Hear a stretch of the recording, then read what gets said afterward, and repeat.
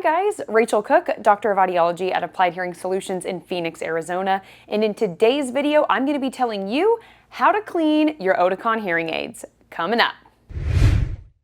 If worn as directed, hearing aids are on or in your ears for somewhere in the realm of 10 to 16 hours a day, and this can definitely expose them to all sorts of dangers. This includes moisture, like water and sweat, and of course, debris, like dirt, dust, and earwax. One of the best ways to ensure that your hearing aids will continue to provide the appropriate amount of amplification over the average 5 or so years of use is by performing consistent cleaning and maintenance of your devices. I can't tell you how often I see patients for hearing aid consultations with new and relatively premium level devices that just aren't performing the way that they once did. This might lead you to believe that you already need new hearing aids. But what if I told you that the solution might just be a better cleaning routine? That's why today I'll be reviewing the maintenance methods and schedule to keep your Oticon hearing aids working in tip-top shape. But if you've got devices of a different brand, don't go leaving just yet. Most of the information that I review will be applicable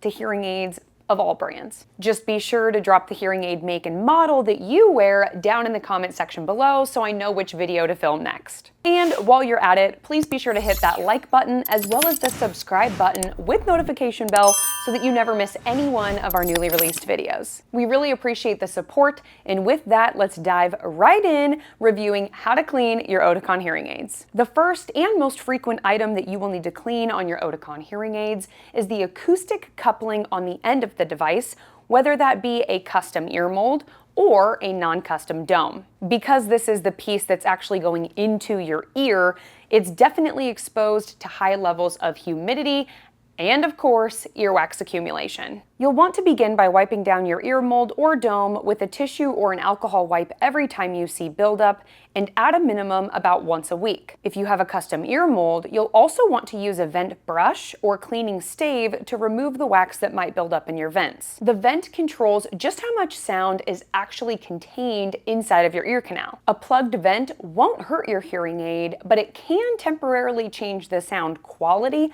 of your device until it's clean. Interestingly enough, I actually love bridge floss or nano cleaners for this job, as they're rigid enough to slide through the vent but widen up to clean the vent nicely as you pull it through. If you use a rubber dome, you can even remove this piece for deeper cleaning. You can also replace it with a new rubber dome if it gets ripped, torn, if it starts getting really stained, or of course if it drops on the floor, never to be seen again. However, most patients can easily get 3 or more months of use out of the same pair of rubber domes, so don't feel the need to exchange these too frequently. Now, I will say, definitely beware of purchasing these replacements online. Not only do they come in a variety of size and characteristics that can be very easy to confuse, there's also a lot of counterfeit products on the internet, and the most dangerous part of that is that these oftentimes don't actually fit your hearing aid very well and have the potential to pop off and actually remain stuck in your ear canal. If this does actually happen to you, be sure to schedule an appointment with your provider, as I have definitely been known to remove 1, 2, even 3 domes from the same ear canal. Now, if your ear molds or your domes are just constantly covered in earwax, this is something that you're going to want to talk to your provider about. Your provider should be able to provide some management solutions, whether that be a more regular return visit schedule for professional earwax removal or the use of at-home earwax softening drops followed up by some flushing. And this is pretty important when it comes to the next step in cleaning your hearing aids, which is changing your wax guards. Wax guards, otherwise known as wax traps or wax filters, are really just designed to keep earwax from getting into the receiver, which is the speaker that sits inside of your ear. When wax fills up the opening of this receiver, sound waves just aren't strong enough to push through this barrier, and that can make your hearing aids seem weak or even dead entirely. This is perhaps the #1 reason why you might think that your hearing aids are broken, but luckily it's an incredibly easy fix. Now, the type of wax guard that you will use is going to depend on the receiver type and the acoustic coupling that you use. Now, most dome and ear mold fittings these days use the Pro Wax Mini Fit wax guards. Less frequently, you may find that your hearing aids actually use just the Pro Wax wax guards or even the No Wax wax guards. They all come in packs of 6 with tiny little petals that you remove with an empty side to put the old wax guard and a replacement wax guard.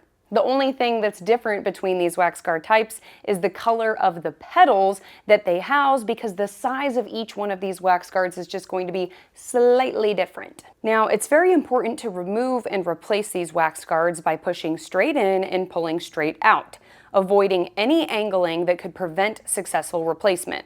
And while many patients are nervous that they'll accidentally put the old wax guard back into the hearing aid again, have no fear. The removal end is actually barbed, meaning that once you pull out the old wax filter, you're actually not able to put it back into the device again. So you're all good. Now, some ear molds, such as the click-on micro molds, use those older styles of wax guards, like the gray petals or the blue petals, so make sure that you're receiving the right wax guards anytime that you're getting replacements. Now, your own personal wax guard replacement schedule will depend on your ears, but they should definitely be replaced anytime that you notice a decrease in the amount of sound that you're hearing or a blockage of sound entirely. For most of my patients, I still recommend changing these out on a monthly basis, and this is just to prevent them from clogging up at the worst possible times. In that same respect, I will often recommend that you replace wax guards before important events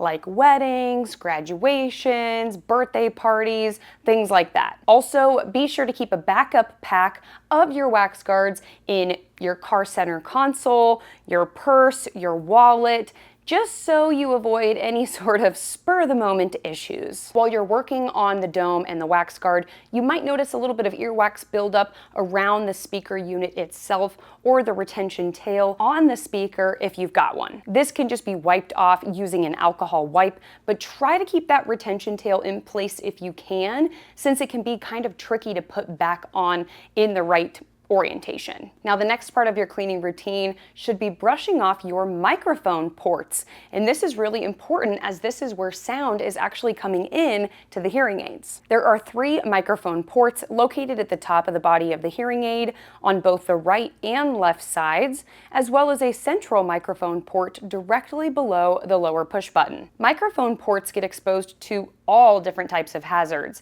like water and sweat, dirt and dust, hair and skin oil, and even hair products like hairspray and hair gel. Without regular cleaning, they can definitely start to fill up with debris, and that can compromise the amount of sound that ultimately goes into and out of your hearing aids. For this reason, be sure to brush your hearing aid microphones once a week using a small cleaning brush, or even using a soft bristle toothbrush from the store. Use some gentle pressure and brush from several different directions to loosen up any buildup that could be blocking the internal microphones. You can also use this same tool to brush around the push buttons on your hearing aids, as this is another area where debris can settle, making them hard to press. Another point of maintenance on your Oticon hearing aids will depend on whether they are rechargeable or use disposable hearing aid batteries. If you have the new Intent rechargeable battery hearing aids, you will want to make certain that you wipe off the metal charging contacts on the back of the hearing aids with an alcohol wipe about once a week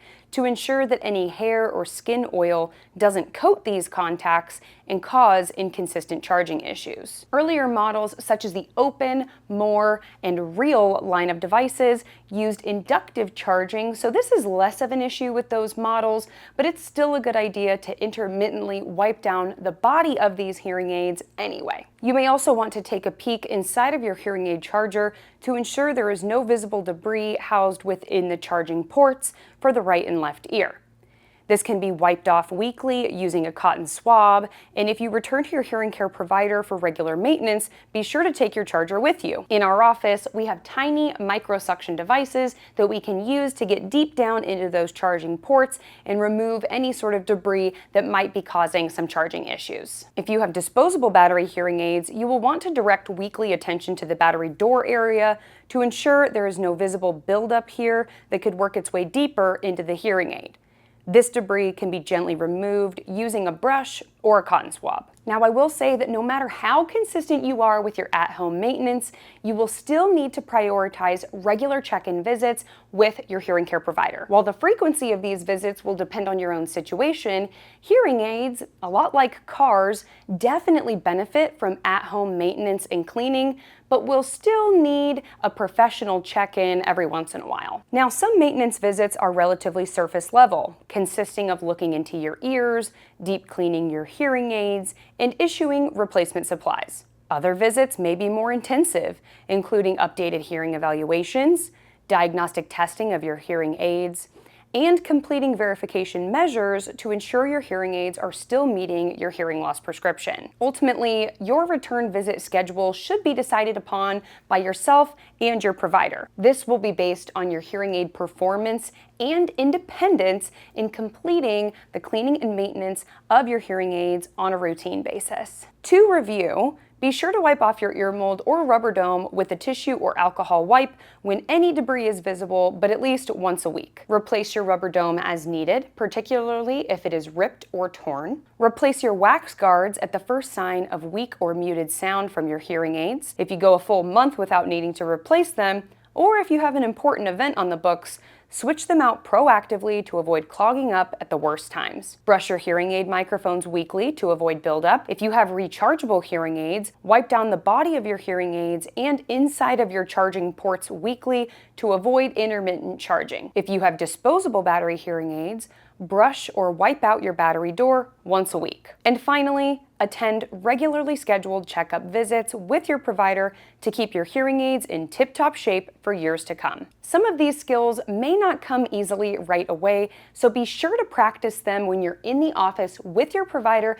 to make sure that you've got it down. Overall, hearing aid cleaning and maintenance is an often overlooked component of hearing aid use, but it can make all the difference in the world when it comes to your performance.